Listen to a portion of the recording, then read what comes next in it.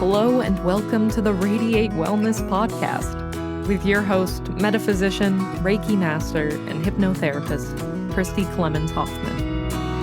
Each week, we will discover teachings, tips, and tools to radiate your best life ever with practitioners, authors, and luminaries to help you on your path.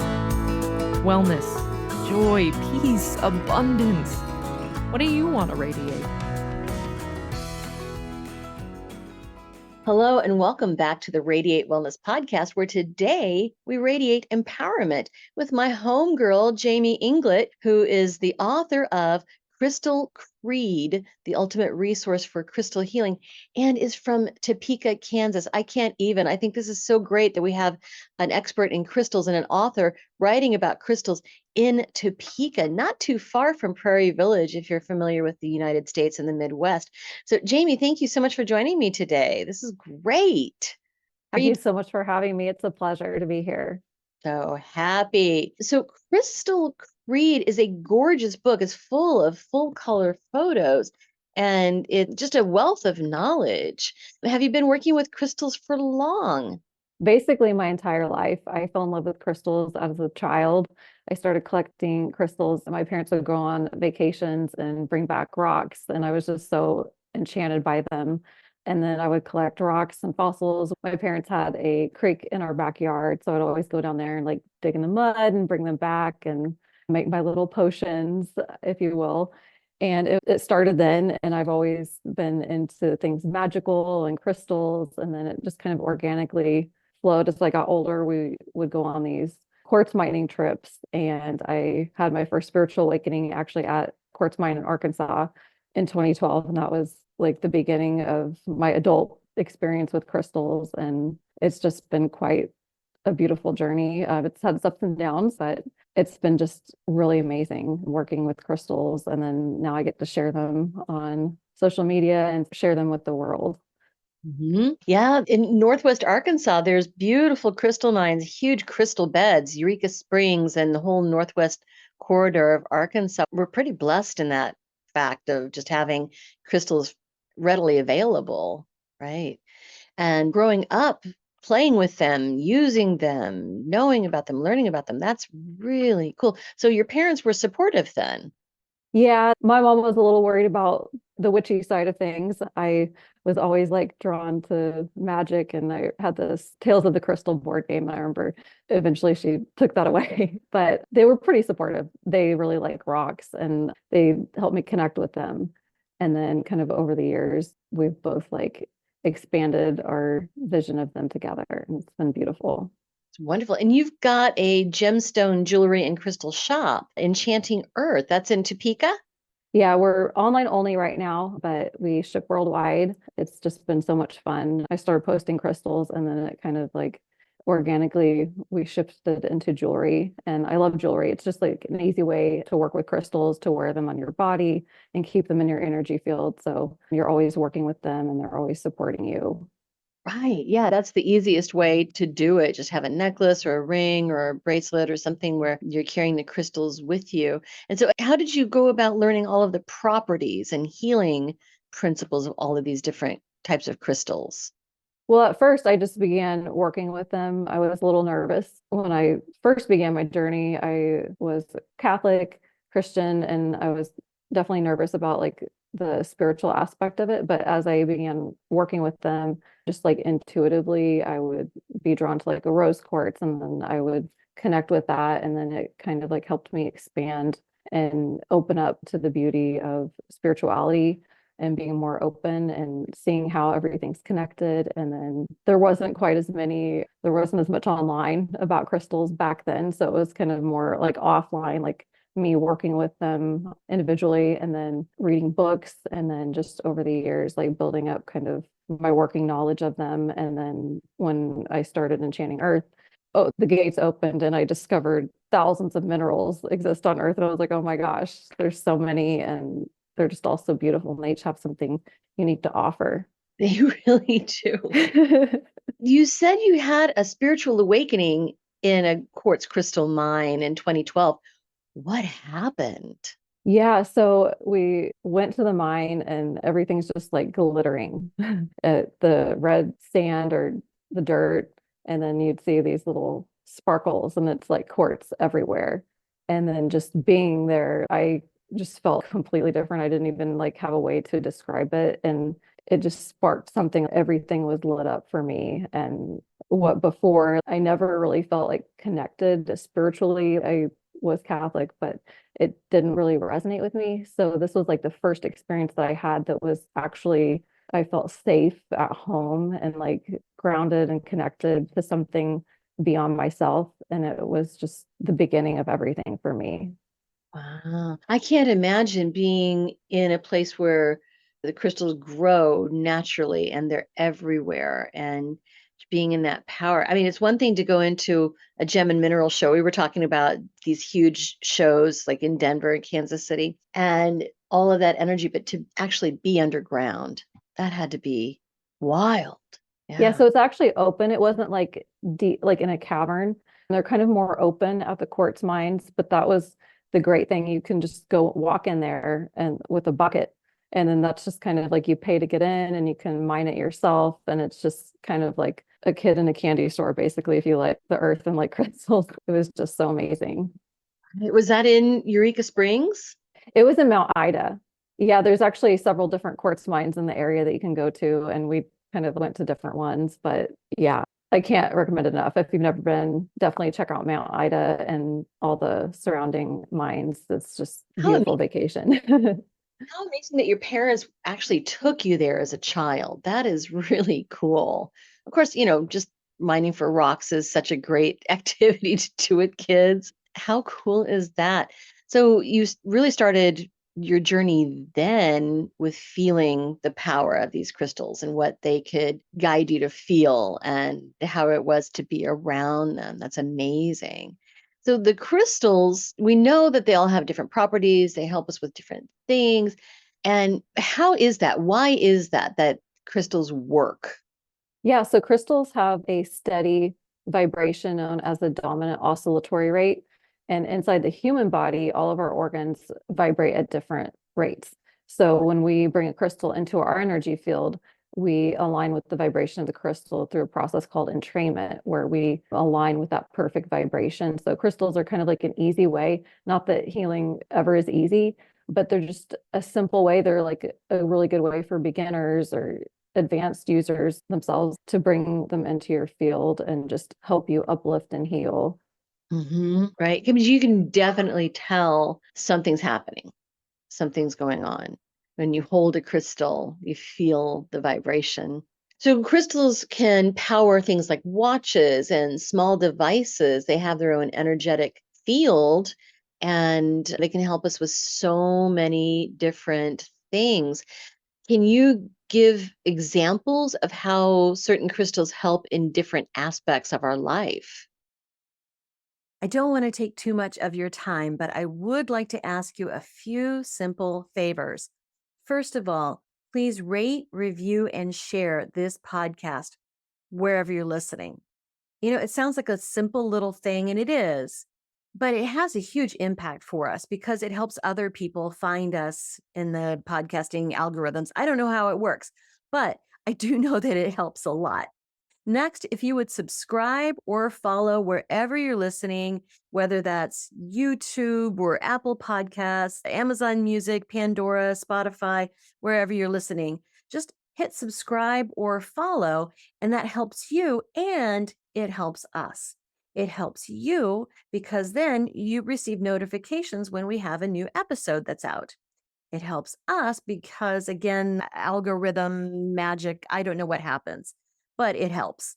And then finally, you can support our podcast in a tangible way by going to radiatewellnesscommunity.com/podcast and then click on support the show. Now, we have a new feature too. We are now on Patreon. You can find us on Patreon. You can also find the link to Patreon when you go to radiatewellnesscommunity.com/podcast. So on Patreon for $3 a month or $5 a month, you can support your metaphysical and spiritual growth. You can learn about upcoming guests and you can get early and ad-free versions of the shows. So please support us. This podcast is free for you to listen, but we have costs, and quite frankly, they come out of my pocket. So if you like this content, if you get a lot out of it, please see what you can do to give back. Thank you so much. Yeah. So, for example, if you're wanting to attract more love into your life, an easy way to go about doing that is to just keep a rose quartz on you, either tumble in your pocket or a beaded bracelet, a ring, whatever you have access to, just keeping it in your field and setting an intention with it is going to send that energy out. And then that's going to help you attract whatever you're wishing to attract, whether that be healing or attracting more love. I mean, really, it's the intention we have with anything that I feel creates the magic and creates the outcome, is that just the power of our thoughts and the power of our intention. And I recently gave a rose quartz heart to a friend of mine who was struggling in his heart. Does it matter if a stone or a crystal is shaped or not? Does the shape, whether it's a heart or a sphere or other form, does that affect the outcome with the crystals? Yeah, so if you want to send the energy evenly in all directions, a sphere is a great shape to work with. Whether if it comes down to whether you have or don't have something to work with, I wouldn't say you have to have this specific shape in order to manifest or heal something. It's not like a deal breaker, but it can definitely help amplify and add a layer of correspondence to your practice. So, like a rose quartz heart is a great way to attract love because it's sending that shape out in the heart. My favorite shapes to work with, honestly. The heart shape, is it? Yeah, I like hearts. Oh, yeah, they're beautiful too. And just, I don't know, there's something about the rose quartz, it looks so nice in a heart shape.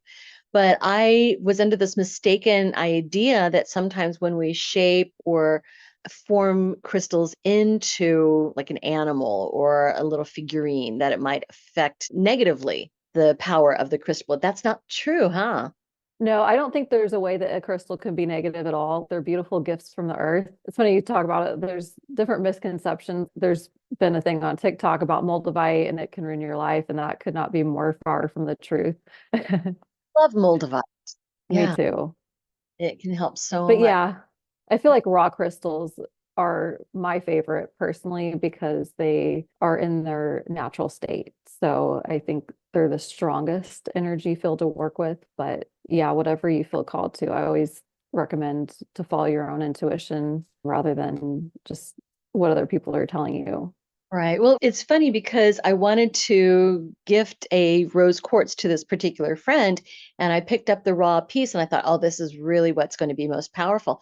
And no, the heart spoke to me, which I just thought that's kind of cheesy to give a heart to somebody, but it just that intuitively, that's what spoke to me was it just had more of the power that I was seeking in it. Kind of interesting. So there's so many different ways that we can shape crystals, use them, etc.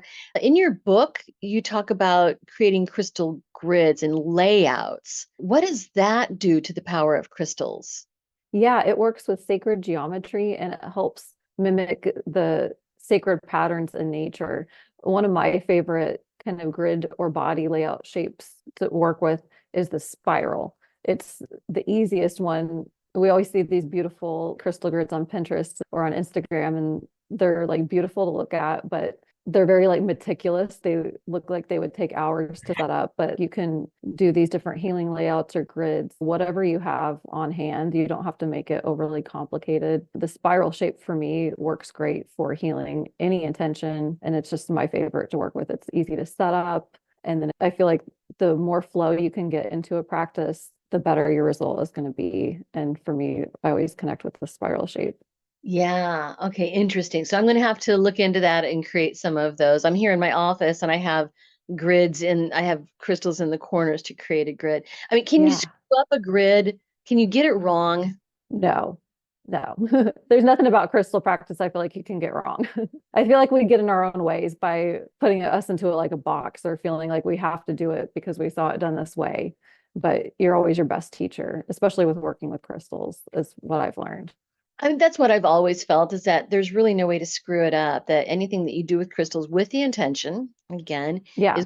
the outcomes that you're looking for. And then what are some other common crystal misconceptions? I know sometimes they get a bad rap, just like your mom did with, thinking these were witchy practices or was something that you're getting into that was negative for you. But so what are some of the common misconceptions that we have? That you can't wear certain crystals together. You can wear whatever you want together, or you can put crystals together however you want. I would say to be aware or be mindful of the crystal's hardness. If you're going to store a bunch in a bag together, different crystals have different hardness. So like selenite and quartz are on two different ends of the spectrum. Selenite's soft, quartz is a harder material. It's like if you store your quartz next to your selenite, it can get scratched, it can get broken. But other than that, have fun, listen to your own intuition and create magic with them. Right. And the Yeah. power is inside you already. Oh, I love that. Yeah, and we can layer the powers of crystals and combine them and use them in so many different ways. What about purchasing crystals? Is there anything that we need to know about where to purchase them, what to think about or know when you're buying crystals? Yeah, it's actually really important to be an educated buyer if you are into crystals. There are lots of places to buy crystals, and I always kind of encourage people to do your research and kind of have like a working knowledge of crystals. There's large retail stores that are selling fake crystals and not labeling them as such. And then it kind of makes you wonder, are these sourced ethically? What kind of checks are they doing? And then even as a shop, you really have to know your stuff. When you go to the gem shows, there's not like a vetting process for the vendors. So there'll be like fake crystals labeled as natural, everything you can imagine. So it's just really important to kind of have like a working knowledge. So when you're starting out, it's kind of like overwhelming. So that's why we've kind of attracted a large audience, because I care really about educating my customers and having natural products. So if we ever have anything that's been enhanced, there's a lot of different treatments, especially in jewelry. You really have to know what you're doing. So I like to educate my customers. I'm constantly reinvesting in myself with education through GIA and just independent research. So How do these processes to make fake crystals, how does that affect the property of the crystals? Like, how does that transmute it or transform it? I feel like it's not quite the same. So when it's a lab grown crystal, they actually have the same chemical components as a natural crystal. They're just grown in a lab at an accelerated pace. So it has the same properties, but it's not grown over the same time frame. They take millions of years in some cases for some crystals to form. So I just feel like it's not quite the same. But if it comes to I can only afford this lab grown crystal versus not having one, I would say go with it. Go with whatever your intuition gravitates you towards. But I always feel more drawn to like a natural stone personally. I feel like the energy is stronger, better. It's from the earth. It's not like a factory thing. I feel like they should be natural. The crystals. Yeah, I mean, we eat natural food because it's typically better for our bodies. So it would be the same thing for a natural crystal, I would think. Get that fullest power and the fullest benefit, the fullest energetic nutrients, in other words, to power your intentions. And speaking of intentions, how can we use crystals to help us to empower our goals and manifest things that we want in our life? How can we do that with crystals? That's done through an intention setting process. And I do talk about that in my book, but just sitting and connecting with the crystal and for a few minutes, holding it in your hands and just like centering yourself is the best way to do that. When you bring a new crystal in, I always like to cleanse it and then connect with it so it can like take what intention I want to set with it and then vibrate that out to the world. But there's another misconception about charging crystals. Do they need to be recharged? Once you set an intention, part of the process is trusting the universe and trusting that your intention's set and is going to manifest. It's going to happen. So we don't need to keep doing that process every day or worrying about when it's going to happen is one of my little tips that I've got. Set it and forget it. Yeah, basically. Now, occasionally they need to be cleansed. So like if you walk in here sometime and you're having a bad day and you're grabbing my crystals, I might be waving my selenite wand to like clear the energy so that cleansing needs to happen periodically, but setting the intention doesn't. Sometimes, like when you're beginning to crystals, we confuse like cleansing and charging, but they're like two totally different things. Okay, can you break that down for people who might not know that? Yeah, so when you get a new crystal, you definitely want to cleanse it energetically. And there's several different ways you can do that. You can take it out into the sun. I don't recommend leaving it out there for like extended time periods. Some crystals will like fade in the sun, but you can put them under the moon. You can put them in the earth, just different ways to like cleanse the energy because they do have these crystals have special properties of amplification. So they're going to like retain the energy that they're around. So if they're around some negative energy, they can soak that in. So we want to cleanse that out and then they're ready to use. Good. And why would we want to cleanse a crystal when we first get it? Because you don't know what it's been around. You don't know what hands have touched it. And we go through a cleansing process here. Our crystals periodically, if you purchase with our company, we're cleansing them. All the hands are really mindful of the process and we're very mindful about it. But, just as a rule of thumb, it's a good process to cleanse your crystals when you get a new one and Well, then set your intention. they've been touched by so many people, the miners, those who take the raw crystals and clean them or shape them, those who market them, prepare them for sale, transporting. So many hands touch The them. post office. Yeah. How often do we need to cleanse our crystals? I don't feel like there's a hard and fast rule. I try to like do mine once a month around like the full moon. And then sometimes if you've got an extensive collection, you might be, that's too many. I'll just kind of visualize a bright white light around the full moon and visualize this energy cleansing all my crystals. That's a really easy way to cleanse all your crystals at the same time. But it is fun to kind of go through. I like different rituals and like practice and actually cleansing them with a selenite wand and doing these different practices. But you can make it as easy or as complex as you like, as long as you're doing it periodically. I think dust is a good indicator. You might need to cleanse your crystals. If they've got dust collecting, you can see that there's some stagnant energy there. So that's a good rule of thumb is when they're collecting dust to cleanse them. So you named some of the ways to cleanse your crystals. Can we just like list them out for people who want to know how to do this? Oh yeah, you can visualize the white light. You can cleanse them in the sunlight, moonlight. You can bury them in the earth. You can use selenite. You can use smoke from your favorite incense or herbs that you like to work with. Those are some of my favorite top ways to cleanse crystals. And I water, of course. Yeah, you can use water, right? Running water. Yeah. I also use Reiki and prayer. Yeah. It's like, Those again, are fantastic. you can't screw it up. Anything with intent, Exactly. right, you can't get it wrong, right? So there are so many crystal books out there, Jamie. Why did you write Crystal Creed?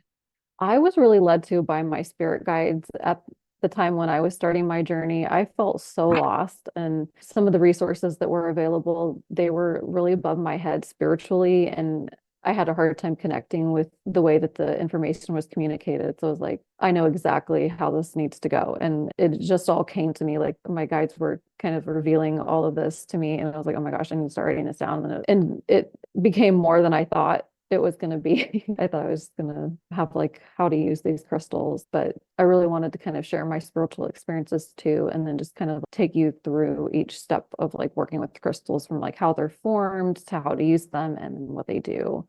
Yeah, I'm looking through the chapters of your book, Why Believe in Crystals, beginning your crystal healing journey, understanding chakras and how to balance with crystals, healing layouts, animals. So seems like crystals are a great way to work with animals and healing animal bodies. How do animals respond to crystals?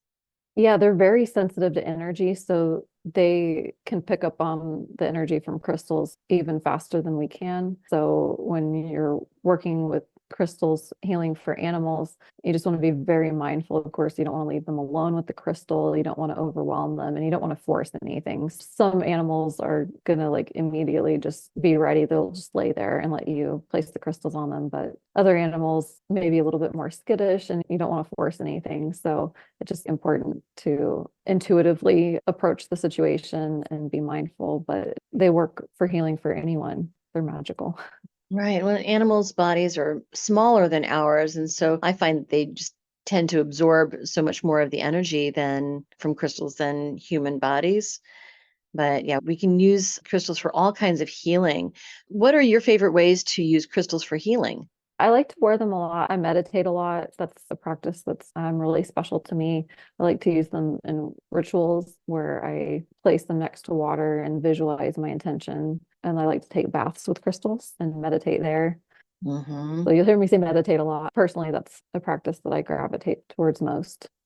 Hmm. Yeah, me too. Same. You also mentioned creating potions, crystal potions. Can you tell us about that? Yeah, so this one, I've kind of been crafting potions my entire life from childhood. I was making these mud pies with my gravel rock and then my fossils from the backyard. And then it's kind of snowballed now as an adult. I'm crafting potions with water and like visualizing my intentions. I'll place next to my water vessel, I'll place all my crystals for a specific intention and just kind of like sit there and visualize. And sometimes I'll write just kind of whatever I feel drawn to at the time. And then you can add those to your bath. You can do different things with them. You can drink it. I don't put my crystals in the water. That way I don't have to worry about like whether they're clean or not. The energy is going to transfer. I like easy, and that's really easy. You just put them around and it's just kind of a beautiful way to visualize and then work with the water. Now, there are some crystals that should not be put in water that you plan to drink. What crystals are those? So some crystals like kyanite and selenite, they're going to break down. Now, sometimes over time, if you're just washing them off quickly, is that going to be a problem? No, but we definitely want to have a different mindset when it's something we're putting into our body. We don't want anything that's going to flake off like a mica. We don't want to ingest any of that. And then some crystals do have things like copper that you don't want to ingest like raw. That would not be good. Right. Yeah. So there are even water bottles that have a container that you can put the crystal into. It doesn't touch the water, but it infuses the water. So that might be a good way to do that. Yeah, those are good. Yeah, as Mhm. long as they're out, the ones where the crystals in the water. And sometimes I've even seen like a fluorite in the water, and I'm like, no, not fluorite, please don't do that one. It'll break down eventually. Oh, no, we don't want to do that. We don't want that. No, not at all. But I mean, just in terms of like the bath, that sounds like a really nice way to do that and to, in a next to the water, but not in the water. What about watering your plants with crystal water? I love that, especially if it's a plant that needs some extra love. I mean, you can either place the crystals around, you can use the water, the potion to water them with. Mhm. Every life form, I feel like, can benefit from crystals. Mhm. I'll tuck pieces of crystal in my plants, the soil of my plant. Yeah. Love to do that. Where else can we use crystals in the home and how? I like to place black tourmaline at the front entry and then at all the corners of the house. I've even done a black tourmaline little perimeter on my yard.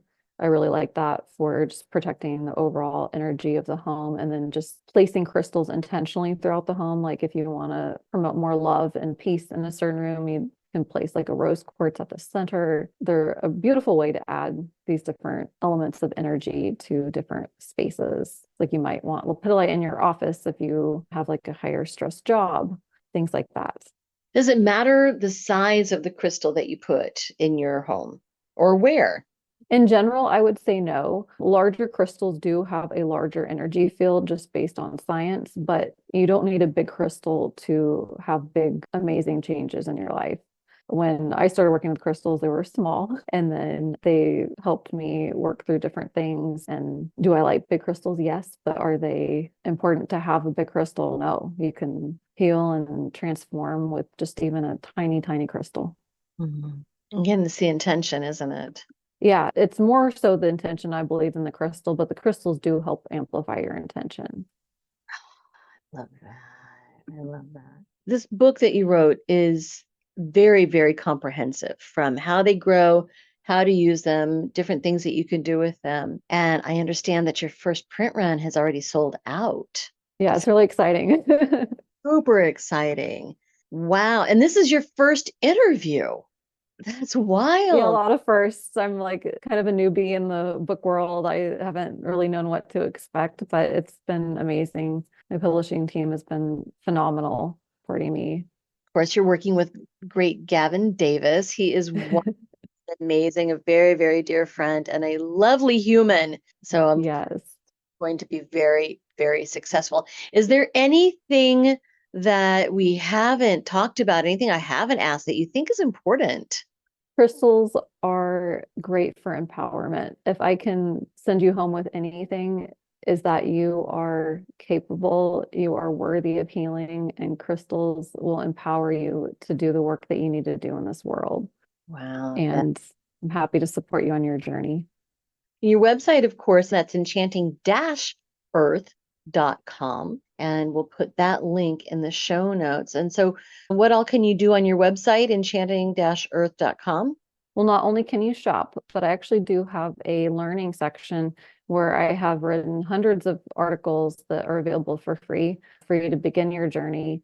And then if you want to go deeper, you can order my book there. You can shop crystals from tumbles to high-end jewelry. We have everything from small to big, affordable to collector pieces, whatever you need, I'm sure you're going to find on our site. And if you can't find it, you can always send us a DM on Instagram. My husband and I are really great at chatting back and forth and just answering any questions that anybody might have as far as crystal to use, how to use it, anything like that.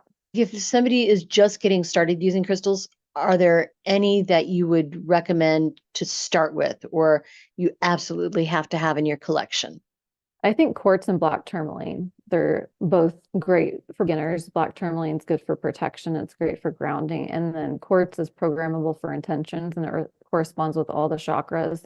So if you're only going to get one crystal, get a clear quartz, you can do anything with it. You can cleanse it, set intentions with it a million times, whatever intention you have.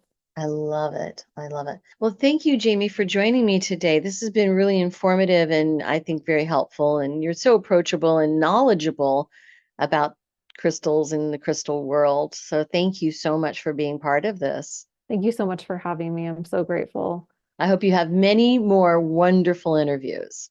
Thank you so much. Don't know what to watch next? Decisions, decisions. Well, we've got some suggestions. You can click this little video here and watch that. It's something that we think you're going to like. If you like the last one, you're going to like that one too. You can also click on the subscribe button. And if you do that, then you'll get notifications whenever we have a new video up. Win-win, right?